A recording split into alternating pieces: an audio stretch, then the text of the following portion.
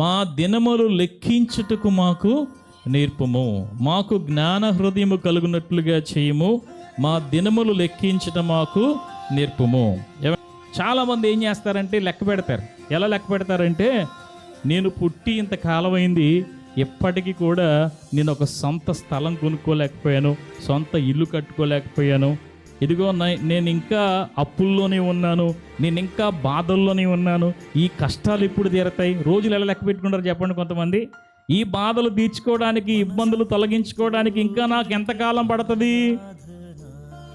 కొంతమంది అంటారు, ఇంకా దేవుడు మమ్మల్ని ఇంకా కరుణించలేదండి, మా మీద ఆయనకి దయ రాలేనట్టు ఉంది, ఇంకా చూస్తున్నాం, దేవుడు ఏదైనా వేస్తాడేమో, దేవుడు ఏదైనా ఇస్తాడేమో.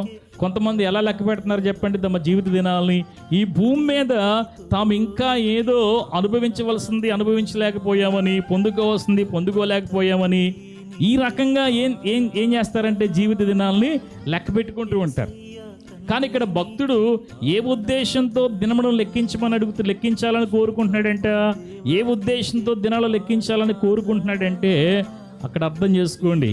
ఇంతకాలం నుంచి నేను దేవుని దగ్గరికి రాలేకపోయానే, నా జీవితంలో దేవుడు నాకు ఇచ్చిన ఎన్నో అవకాశాలు నేను పోగొట్టుకున్నానే, ఎన్నో అవకాశాలు నేను మిస్ చేసుకున్నాను. ఈ పాటికి నేను రక్షించబడి, ఈ పాటికి విశ్వాసంలో ఎదిగి, నా కుటుంబాన్ని రక్షించుకొని, ఆత్మీయంగా బలపడి ఎంతో వృద్ధిలోకి రావాల్సింది. నేడో రేపో రాబోతున్న ప్రభు రాకడికి నేను ఎప్పుడో సిద్ధపడవలసి ఉంది. ఇన్ని రోజులైనా, ఇంతకాలం నుంచి నేను దేవుని సముఖానికి వస్తున్నా, నేను సరిగ్గా దేవుని సందులో ఉండలేకపోయానే, ఇంకెప్పుడు ఉంటాను, ఇంకెప్పుడు బలపడతాను, ఇంకెప్పుడు ఎదుగుతాను? దీని కొరకు మనం ఏం లెక్కించుకోవాలంట? దినములు లెక్కించుకోవాలి. దేవునికి మహిమ కలుగును గాక.